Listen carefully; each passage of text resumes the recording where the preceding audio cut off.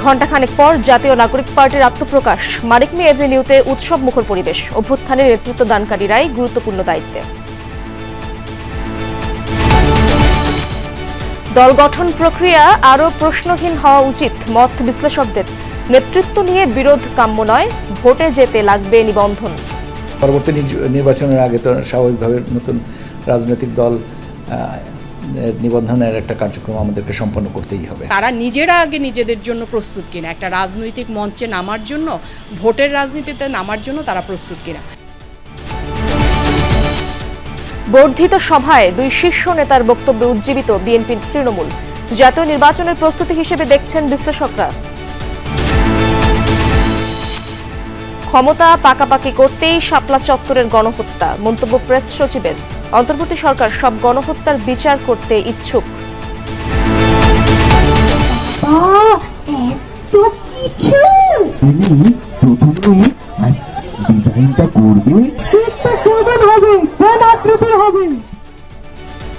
পর্দা নামছে মাসব্যাপী অমর ২১শে বইমেলার। শেষ দিনেও শিশু প্রহরের জমজমাট। পাপেট শো, গল্প কবিতায় মেতে ওঠে কচি কাচারা।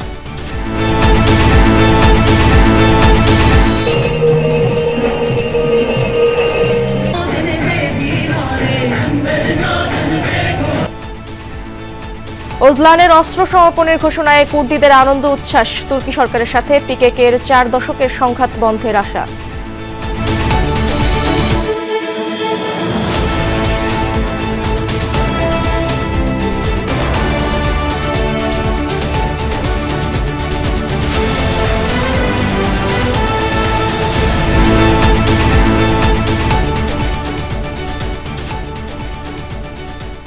আমন্ত্রণ দুপুরে বাংলাদেশে, আপনাদের সঙ্গে আছি আমি ইশরাত জাহান। এতক্ষণ শিরোনাম দেখছিলেন। নানা জল্পনা কল্পনার অবসান হতে যাচ্ছে। অবশেষে আনুষ্ঠানিকভাবে আত্মপ্রকাশ ঘটতে যাচ্ছে নতুন রাজনৈতিক দল জাতীয় নাগরিক পার্টির। জুলাই গণ অভ্যুত্থানের বৈষম্য বিরোধী ছাত্র আন্দোলনের নেতৃত্ব দেয়ারাই থাকছেন সামনের সারিতে। বিকেল ৩টায় রাজধানীর মানিক মিয়া এভিনিউতে আনুষ্ঠানিকভাবে দলটির ঘোষণা দেওয়া হবে। ঐতিহাসিক মুহূর্তের সাক্ষী হতে বিভিন্ন জেলা থেকে এরই মধ্যে জড়ো হয়েছেন বিপুল সংখ্যক নেতাকর্মী। নতুন দল গঠন নিয়ে সাধারণ মানুষের মধ্যেও আছে কৌতূহল। আয়োজকরা জানিয়েছেন, প্রধান উপদেষ্টা সহ নাগরিক সমাজ, শিক্ষক, জুলাই আন্দোলনের শহীদ ও আহত পরিবারের সদস্য সহ ফ্যাসিবাদ বিরোধী রাজনৈতিক দলগুলোকে আমন্ত্রণ জানানো হয়েছে। আয়োজন ঘিরে কঠোর নিরাপত্তা ব্যবস্থা নেওয়া হয়েছে। নতুন এই দলের আহ্বায়ক হচ্ছেন নাহিদ ইসলাম, সদস্য সচিব আক্তার হোসেন, দক্ষিণাঞ্চলের মুখ্য সংগঠক হাসনাত আবদুল্লাহ, উত্তরাঞ্চলের মুখ্য সংগঠক সার্জিস আলম। এছাড়া জাতীয় নাগরিক পার্টির মুখ্য সমন্বয়কের দায়িত্বে থাকছেন নাসির উদ্দিন পাটোয়ারি।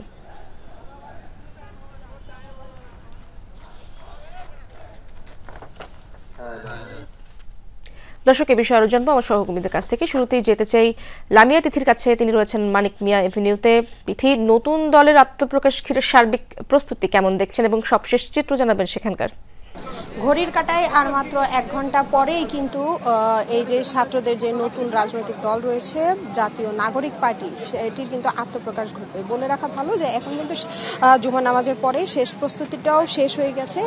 জুমা নামাজের পরে এখন কিন্তু অনেক নেতাকর্মীরা আসা শুরু করেছেন এবং সাধারণ জনগণ যারা হচ্ছে ঢাকা শহরের বাইরে থেকে বিভিন্ন জেলা থেকে কিন্তু তারা আসা শুরু করেছিলেন সকাল থেকে। এখন তারা নিজস্ব যে স্থান রয়েছে বসার, তারা কিন্তু এক এক করে তাদের আসনে বসে যাচ্ছেন। একই সাথে কিন্তু যে আহত এবং শহীদ আহতরা রয়েছেন তারা কিন্তু তাদের নিজস্ব জায়গায় তাদের জন্য যেই নির্ধারিত স্থান রয়েছে সেখানে তারা বসছে। এছাড়া যারা শহীদ পরিবারের সদস্যরাও আসতে শুরু করেছেন। কিছুক্ষণের মধ্যে দেখা যাবে বিভিন্ন রাজনৈতিক দলের যে নেতাকর্মীরা রয়েছেন তারাও আসবেন, কূটনৈতিক যারা রয়েছেন তারাও আসবেন।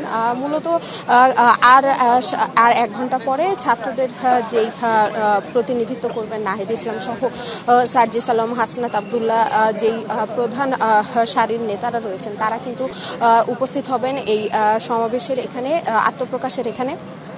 মূলত বলতে গেলে যে সকাল থেকে কিন্তু তারা একের পর এক সকাল থেকে কিন্তু এই ঐতিহাসিক মুহূর্তের সাক্ষী হতেই কিন্তু সকাল থেকে বিভিন্ন জেলা থেকে আসতে শুরু করেছিলেন নেতাকর্মীরা। বলে রাখা ভালো যে এখানে কিন্তু নারীদের নিরাপত্তার জন্য নারী পুলিশও মোতায়েন করা হয়েছে। একই সাথে নারী পুলিশের পাশাপাশি বিভিন্ন যেই সমস্যা বা কারো কোনো ধরনের যেন সমস্যা না হয়। তো সেই জন্য বিভিন্ন ধরনের বুথও রাখা হয়েছে, পুলিশের বুথও রাখা হয়েছে এখানে। ইশরাত। তিথি, ধন্যবাদ আপনাকে।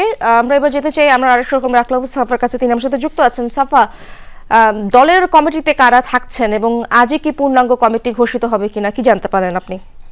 হ্যাঁ, আজই পূর্ণাঙ্গ কমিটি ঘোষণা হবে। সেই কমিটিতে 150 জনের বেশি থাকতে পারেন। তবে এরই মধ্যে কিন্তু আমরা শীর্ষ যে পদগুলো, সেই পদগুলো কিন্তু আমরা জেনেছি। নাহিদ ইসলাম, যিনি জুলাই আন্দোলনে শহীদ মিনার থেকে এক দফার ঘোষণা দিয়েছিলেন শেখ হাসিনা পতনের, এবং পরবর্তীতে সরকারের দায়িত্ব নিয়েছিলেন দুটি মন্ত্রণালয়ের উপদেষ্টা হিসেবে। তিনি পদত্যাগ করে এই দলের দায়িত্ব নিয়েছেন, আহ্বায়ক হয়েছেন তিনি, এবং সদস্য সচিবের দায়িত্ব নিয়েছেন আখতার হোসেন। এরপর আমরা যেটি দেখছি যে ইসরাত, আপনি লক্ষ্য করবেন দেশটাকে দুভাগে ভাগ করা হয়েছে দলকে সংগঠিত করার জন্য। ঢাকা থেকে উত্তর দিকের যে অংশটা, সেই অংশটার মুখ্য সংগঠকের দায়িত্ব পালন করবেন সার্জিস আলম, এবং দক্ষিণ ঢাকা থেকে নিচের যে অংশটা, সেই অংশটার থেকে দক্ষিণের যে অংশ, সেই অংশে দলকে সংগঠিত করার দায়িত্ব পালন করবেন হাসনাত আবদুল্লাহ। এবং মুখ্য সমন্বয়কারী, অর্থাৎ এই সবগুলো বিষয় সমন্বয় করা, সেই সমন্বয়ের দায়িত্বটা পেয়েছেন নাসির উদ্দিন পাটোয়ারি। এখন পর্যন্ত এই শীর্ষ এই যে পদগুলো, এই পদগুলোই কিন্তু আমরা জেনেছি, এবং আরও যে পদগুলো আছে তারা যে যুগ্ম সিনিয়র যুগ্ম আহ্বায়ক হিসেবেও পদ পেয়েছেন সামান্তা শারমিন। এছাড়া যে পুরো যে কমিটি, সেই কমিটি কিন্তু ত্রয়োদশ জাতীয় সংসদ নির্বাচন, যেই নির্বাচনকে সামনে রেখেই এই দলের আত্মপ্রকাশ, সেই নির্বাচনে কিন্তু এই কমিটির মাধ্যমেই তারা কিন্তু সেই নির্বাচনে অংশগ্রহণ করবেন। এখন যেটি বিষয় সেটি হচ্ছে এই দলের কাছ থেকে মানুষ আসলে কি পাবে। নেতারা যারা আছেন তারা কিন্তু বলছেন, এবং বিভিন্ন সময় তাদের সঙ্গে কথা হয়েছে, গতকালও আমার কথা হয়েছে, আজ সকালেও তাদের সঙ্গে আমার কথা হয়েছে, তারা যে বিষয়টি সবচেয়ে গুরুত্ব দিতে চান সেটি হচ্ছে যে এই যে দলটি, এই দলটি ইতিহাসের দায় থেকেই কিন্তু এই দলটি তৈরি হয়েছে। তারা বলছেন যে জুলাই আগস্টের যে আন্দোলন হয়েছে, সেই যেখানে যেই পরিমাণ হত্যাযজ্ঞ হয়েছে, গণহত্যা হয়েছে, এবং সেই গণহত্যায় যারা শহীদ হয়েছেন, যারা আহত হয়েছেন, তাদেরকে কিন্তু আজকের এই অনুষ্ঠানে বিশেষ একটি ভূমিকায় তাদেরকে দেখা যেতে পারে। এখনো পর্যন্ত আমি বলছি না, হয়তোবা দলের ঘোষণা তাদের দিক থেকেও কাউকে দিয়েও করানো হতে পারে, শহীদ পরিবারের কাউকে দিয়ে, এমনটিও কিন্তু বলা হচ্ছে। এবং বলা হচ্ছে নীতি নির্ভর দল হবে, নেতা নির্ভর দল হবে না, একটি বাংলাদেশপন্থী দল, যেই দলে সব ধরনের মানুষের যে ঐক্য, সেই ঐক্যের জায়গাটা তারা তৈরি করতে চান। আজ মানিক মে এভিনিউ থেকে সেই ঐক্যের ডাক দিয়ে তারা আনুষ্ঠানিকভাবে এই শুরুটা করতে চান। ইশরাত। সাফা, ধন্যবাদ আপনাকে। আমার আরেক সহকর্মী রাসেল আহমেদ আমার সাথে যুক্ত আছেন, তিনি অপেক্ষা করছেন অনেকক্ষণ ধরেই। রাসেল, আপনি তো অনুষ্ঠানের স্থলেই রয়েছেন, সারা দেশ থেকে নেতাকর্মীদের উপস্থিতি কেমন দেখছেন সেখানে, এবং নতুন দল ঘিরে তাদের প্রত্যাশা কি? ইশরাত, আজকে যেহেতু জুমার দিন, শুক্রবারের নামাজ মাত্রই শেষ হয়েছে আসলে, এবং ফলে সে কারণেই সকাল থেকে যারাই এসছেন ঢাকার বাইরে থেকে বা যারা বিভিন্ন ঢাকার কাছাকাছি জায়গা থেকে, তাদের অনেকেই আশপাশে অবস্থান করছিলেন, এবং নামাজের পরে আসলে মানুষের ভিড়টি শুরু হয়েছে। আমরা দেখতে পাচ্ছেন আমার ক্যামেরার ডান দিকটাতে আসলে যে যাদেরকে দেখতে পাচ্ছেন তারা কুমিল্লা থেকে এসছেন, এবং এখনও ক্যামেরা যতদূর দেখা যায় যে আসলে মানুষ আসতেছে, বিভিন্ন জায়গা থেকে আসছেন এখনও। এবং এদের কয়েকজনের সাথে কথা বলছিলাম, যেমন ধরুন একজন সাভার থেকে এসছেন, তিনি এর আগে জুলাইয়ের আন্দোলনেও অংশ নিয়েছিলেন, তখনও সাভার থেকে ঢাকায় এসে অংশ নিয়েছেন, এবং এখন তিনি আজকের এই যে দল ঘোষণা হতে যাচ্ছে, এবং সহকর্মী আকলাকুস সাফা যেটি বলছিলেন, যেটি ইতিহাসের অংশ হিসেবেই গঠিত হতে যাচ্ছে, যেহেতু এত বড় একটি অভ্যুত্থানের পর অভ্যুত্থানকারী নেতৃত্ব যারা দিয়েছেন তারাই এই দলের নেতৃত্ব দিতে যাচ্ছেন, এবং তাদের এই আয়োজনে এই দলের আত্মপ্রকাশ। ফলে সেইখানটিতে যারা সেই অভ্যুত্থানে অংশ নিয়েছেন, যেসব সাধারণ মানুষ, তাদেরও এক ধরনের আকাঙ্ক্ষা রয়েছে, সেই আকাঙ্ক্ষা থেকেই অনেকে দূর দূরান্ত থেকেও হাজির হয়েছেন। এবং আমরা শুধু কুমিল্লা নয়, যেটি বলছিলাম আর কি, যে ঢাকার বাইরের এই কুমিল্লা থেকে যেমন এসছে, উত্তরবঙ্গ থেকে এসছে, বিভিন্ন এবং দক্ষিণবঙ্গেরও বিভিন্ন জায়গা থেকে মানুষ আসছে, এবং তাদের সবার ক্ষেত্রে আসলে যেটি যে রাজনৈতিক যেই হানাহানি রয়েছে, রাজনৈতিক যে দলাদলি রয়েছে, রেষারেষি রয়েছে, তার বাইরে গিয়ে মানুষ একটি মাঝখানে দাঁড়িয়ে ভাবতে চায়, দেশের কথা ভাবতে চায়, এবং সাধারণ মানুষের কথা ভাবতে চায়, কোনো ধরনের দলাদলি বাদ দিয়ে। সেই জায়গার বা সেই প্রত্যাশার জায়গা থেকে আসলে মানুষ একটি দল চায়।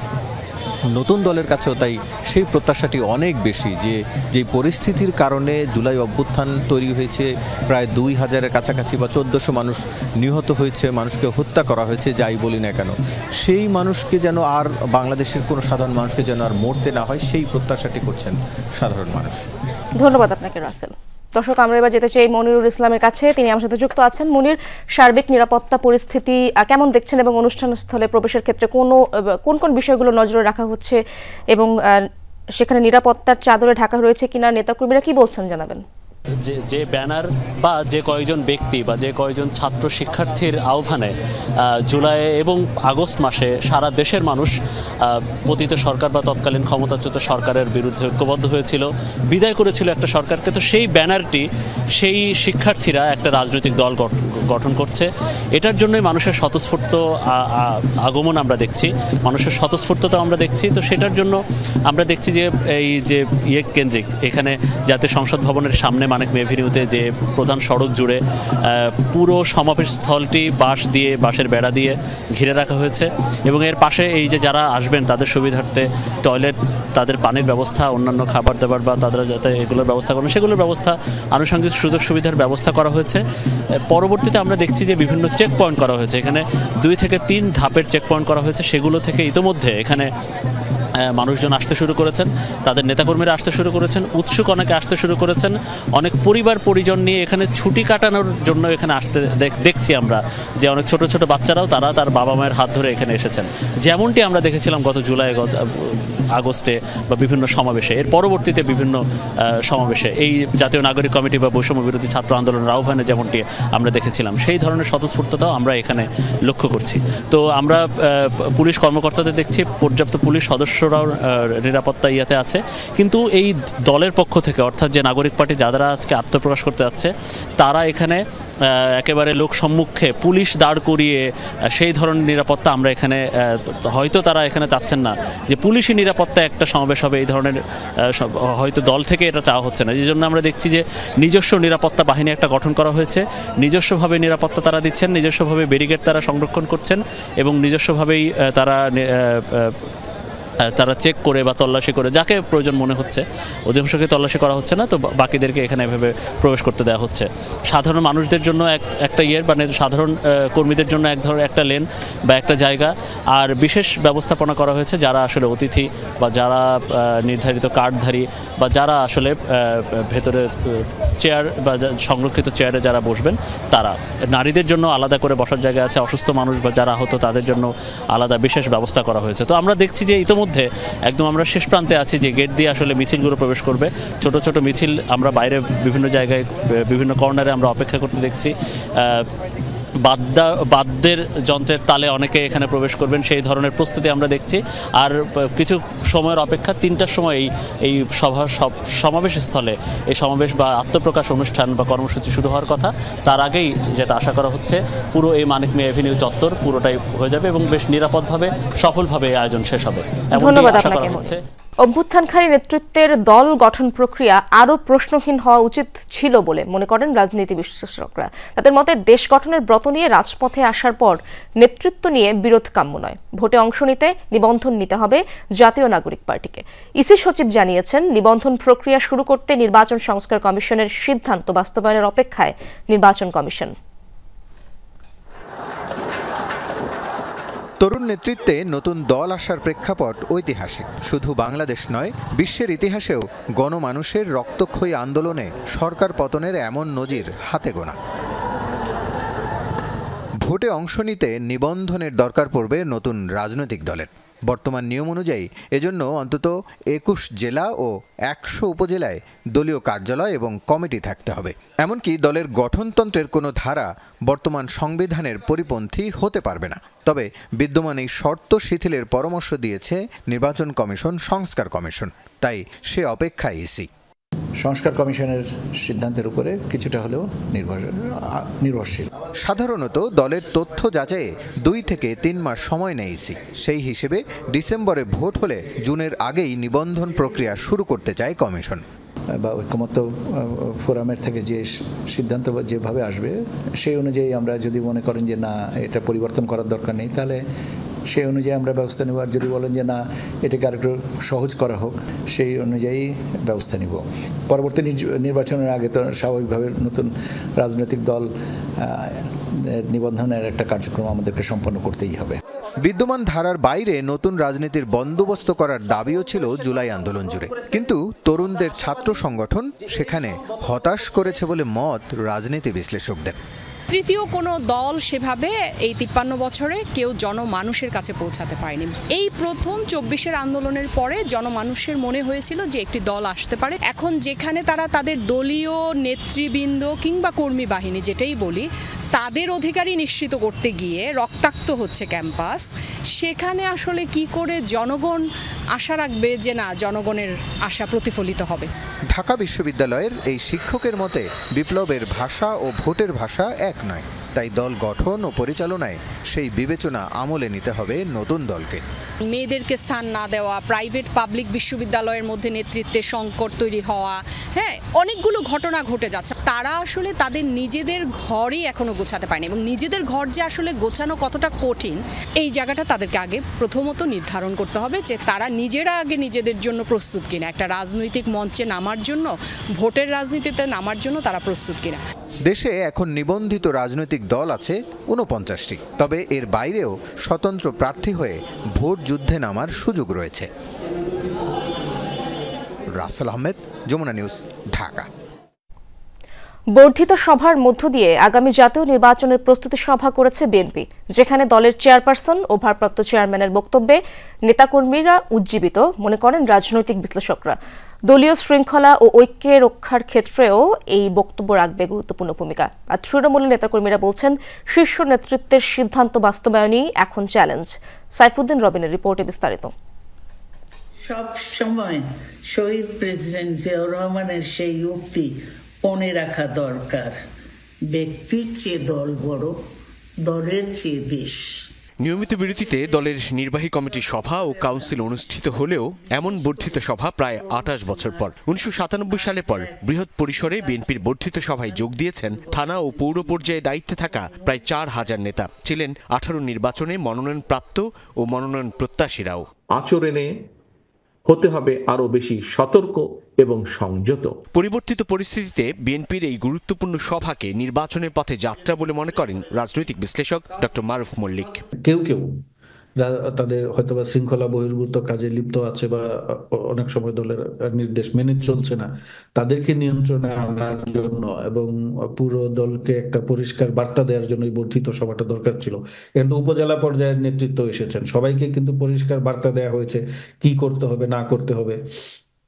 এবং পাশাপাশি আমার কাছে মনে হচ্ছে যে এটা বিএনপির জন্য একটা নির্বাচনী প্রস্তুতি সভা হয়ে গেল। তার মতে বর্ধিত সভায় দলের দুই প্রধান নেতা খালেদা জিয়া ও তারেক রহমানের বক্তব্য ছিল ইতিবাচক। উস্কানি ও বিভাজনের রাজনীতি ভুলে নির্বাচনের পথে হাঁটার নির্দেশনায় উজ্জীবিত হয়েছে কেন্দ্র থেকে তৃণমূলের নেতারা। খালেদা জিয়া এই মুহূর্তে শুধু বিএনপির নেতা না, উনি জাতীয় অভিভাবক বা জাতীয় নেতায় পরিণত হয়েছেন।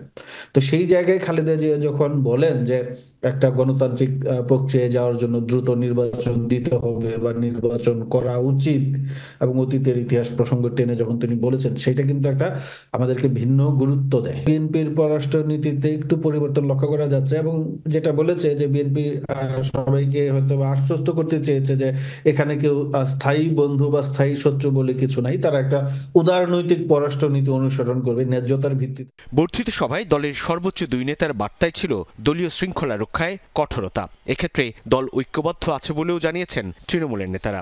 এই বর্ধিত সভার যে সিদ্ধান্তগুলি, সেই সিদ্ধান্তগুলো ভবিষ্যতে আমরা সুন্দরভাবে বাস্তবায়ন করাই হচ্ছে আমাদের চ্যালেঞ্জ।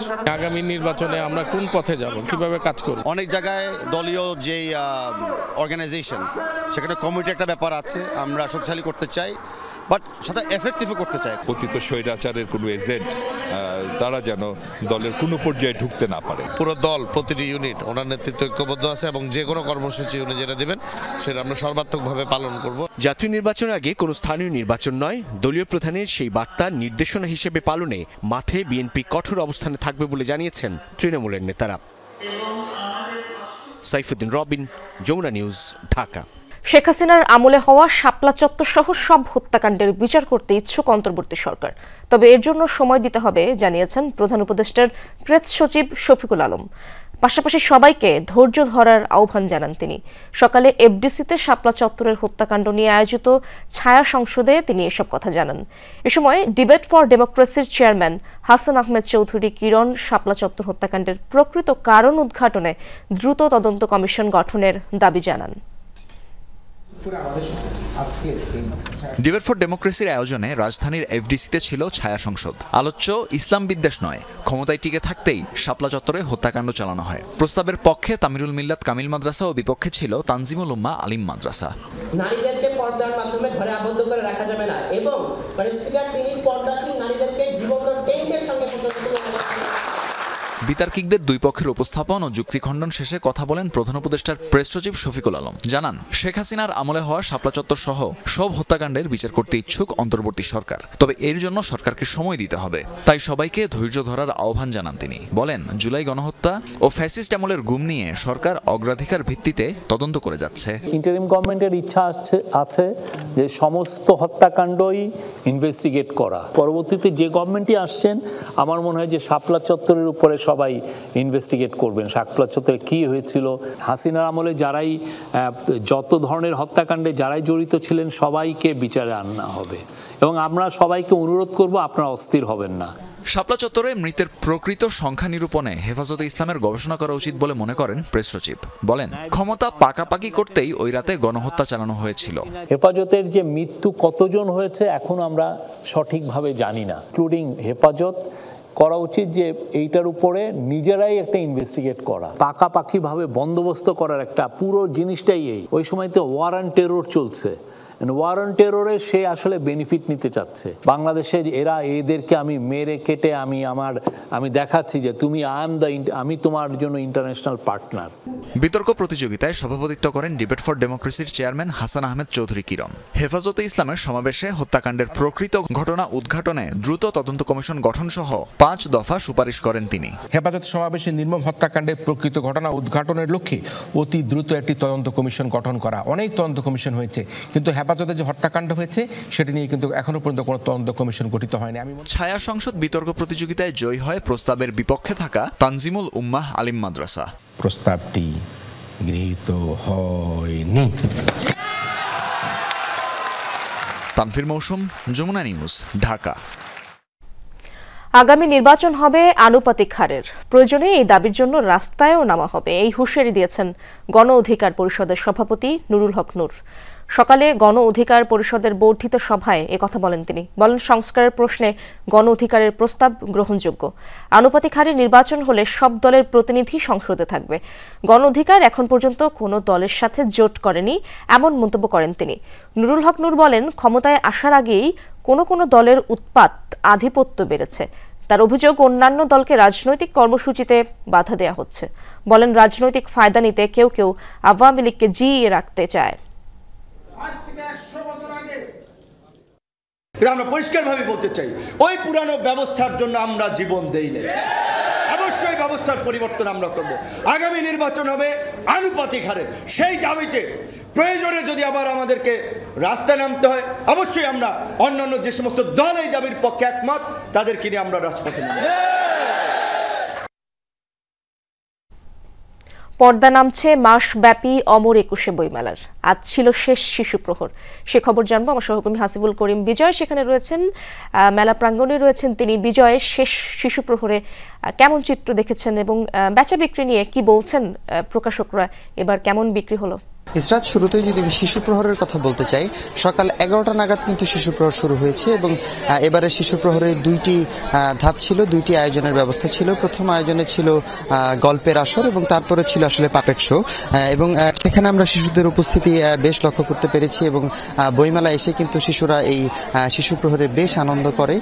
তবে সব মিলিয়ে যদি আজকে বলতে চাই, বইমেলা কিন্তু শুরু হয়েছিল ছুটির দিন শনিবারের মধ্য দিয়ে এবং আজকে কিন্তু শুক্রবার ছুটির দিন। আজকে কিন্তু বইমেলার শেষ দিন, আজকে বইমেলার পর্দা নামবে। তবে আমরা যেমনটি দেখতে পাচ্ছি যে বইমেলায় কিন্তু এখনো তেমন খুব একটা লোক সমাগম নেই। তবে মনে করা হচ্ছে যে আজকে জুমার দিন এবং জুমার পরে হয়তো লোক সমাগম কিছুটা বাড়বে, মানে অর্থাৎ বেলা গড়ানোর সাথে সাথে লোক সমাগম বাড়বে। আমরা কিছু দোকানিদের সাথেও কথা হয়েছে, তারা বলছেন যে এবারের বইমেলায় কিন্তু বেচা কিনা খুব একটা বেশি হয়নি। তারা বলছেন তাদের আশানুরূপ আসলে বই এবার বেচাকেনা হয়নি। তবে দর্শকরা যারা পাঠক রয়েছে তারাও বলছে যে এবার বইমেলায় নতুন বইয়ের পরিমাণ কিন্তু কিছুটা কম। সব মিলে যদি বলতে চাই এবারের বইমেলা কিছুটা প্রাণহীনভাবেই গিয়েছে, এমনটাই সবাই বলছেন। ইসরাত, বিজয়, ধন্যবাদ আপনাকে। রাজধানীর নিউ স্কটনে বিয়াম ফাউন্ডেশনের ভবনে অগ্নিকাণ্ডের ঘটনা ঘটেছে। এতে কয়েকটি রুম পুড়ে গেছে। এছাড়া আব্দুল মালেক নামের এক কর্মচারীর মরদেহ ভবনের নিচ থেকে উদ্ধার করা হয়েছে। আহত হয়ে ঢাকা মেডিকেলে ভর্তি আছেন আরও একজন। স্টাফরা জানান, ভোর রাতে ভবনটির পঞ্চম তলায় লাগে আগুন। তবে নিহতের স্বজনরা মালেকের মৃত্যুকে রহস্যজনক মনে করছেন। আগুনের ঘটনা নাশকতা কিনা খতিয়ে দেখছে পুলিশ।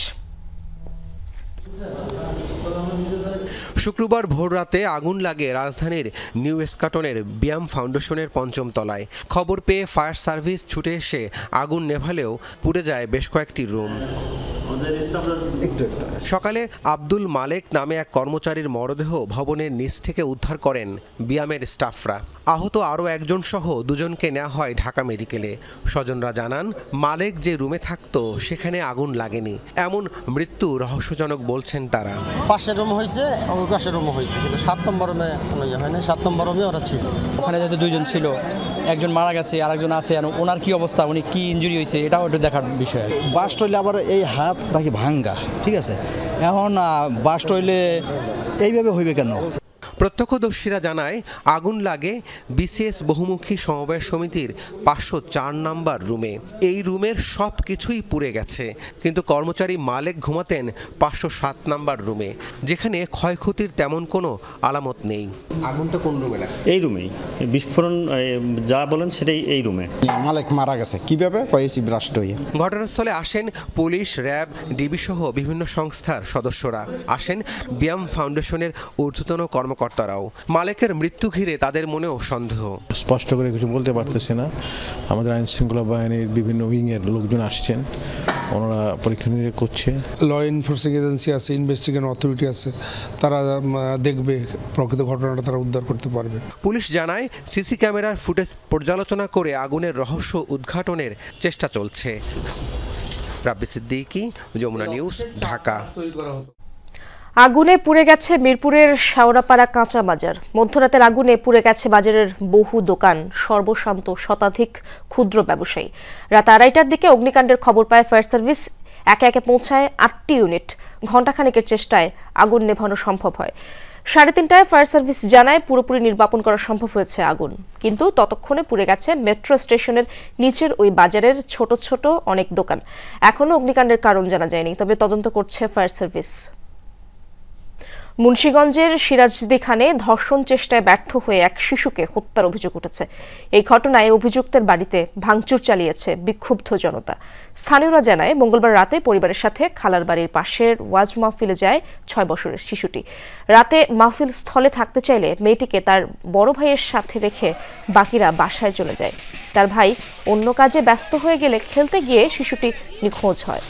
অনেক খোঁজাখুঁজির পরও মেয়েটির সন্ধান না পেলে সন্দেহভাজন হিসেবে মাহফিলের আইসক্রিম বিক্রেতা সাব্বিরকে আটক করে পুলিশে দেয় স্থানীয়রা। এই ঘটনায় শিশুটির মা থানায় সাব্বিরকে প্রধান আসামি করে অপহরণ মামলা করেন। সাব্বিরকে রিমান্ডে নিলে ধর্ষণ চেষ্টায় ব্যর্থ হয়ে শ্বাসরোধ করে হত্যার কথা স্বীকার করে সে। পরে তার দেওয়া তথ্য অনুযায়ী দিঘি থেকে উদ্ধার করা হয় শিশুটির মরদেহ। এ খবর ছড়িয়ে পড়লে সকালে সাব্বিরের বাড়িতে ভাঙচুর চালায় বিক্ষুব্ধ জনতা। আগুন ধরিয়ে দেয় বাড়িতে থাকা আসবাবপত্রে।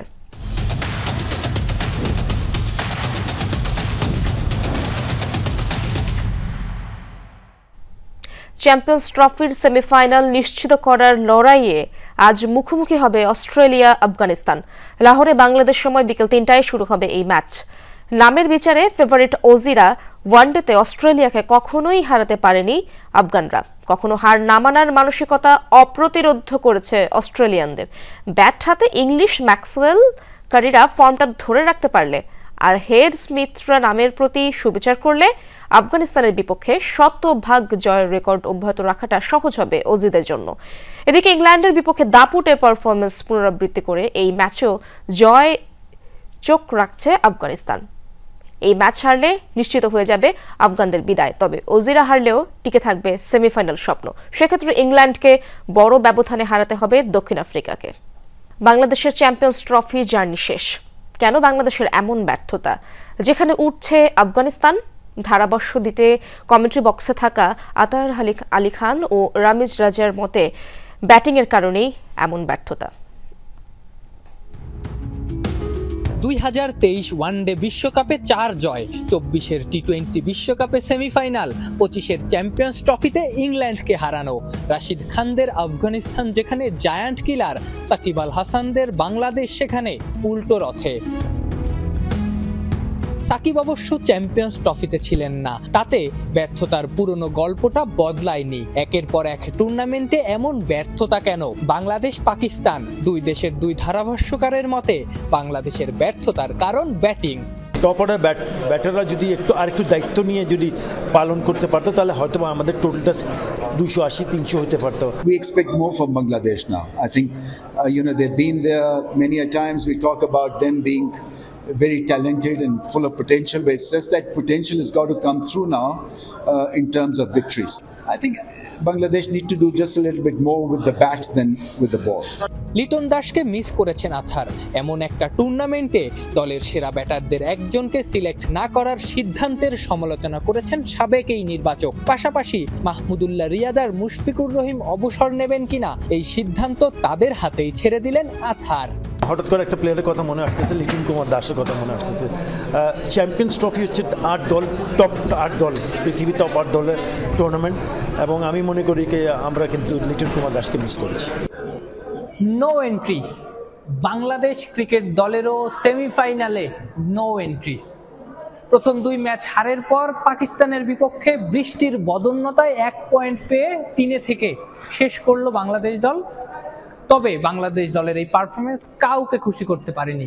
যিনি বছরের পর বছর ধরে বাংলাদেশের হয়ে গলা ফাটান কম বক্সে, সেই আতার আলী খানকেও না।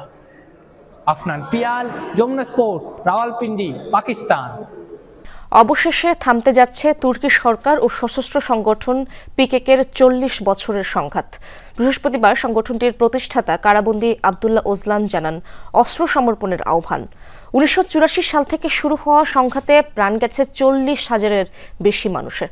পিকেকের এই ঘোষণাকে দেখা হচ্ছে রিসেপ তাইয়েপ এরদোগানের বড় সাফল্য হিসেবে, যদিও সবাই অস্ত্র সমর্পণ করবে কিনা তা নিয়ে রয়েছে সংশয়।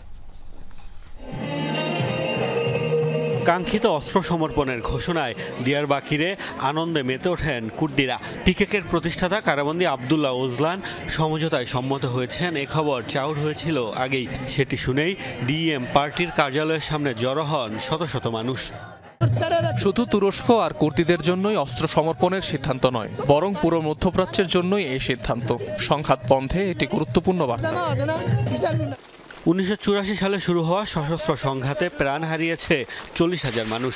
1 দশক ধরে পিকেকের সাথে সমঝোতার চেষ্টা চালাচ্ছে তুর্কি সরকার। নানা কারণে এতদিন শান্তি আলোচনা ভেস্তে যাওয়ার পর অবশেষে তা দেখল সাফল্যের মুখ। ওজলানের অস্ত্রবিরতির ঘোষণায় তুরস্কে রক্তক্ষয়ী সংঘাতের অবসান ঘটবে। একই সাথে 2 যুগের বেশি সময় পর কারামুক্ত হতে পারেন প্রভাবশালী এই কুর্দি নেতা। এই পদক্ষেপকে স্বাগত জানিয়েছে সাধারণ কুর্দিরা। ওজলানের অস্ত্রবিরতির সিদ্ধান্তে ইরাক সিরিয়াতেও আনন্দ মিছিল করে কুর্দি জনগোষ্ঠী। আশা তাদের অধিকার প্রতিষ্ঠার আলোচনা পাবে নতুন পথ।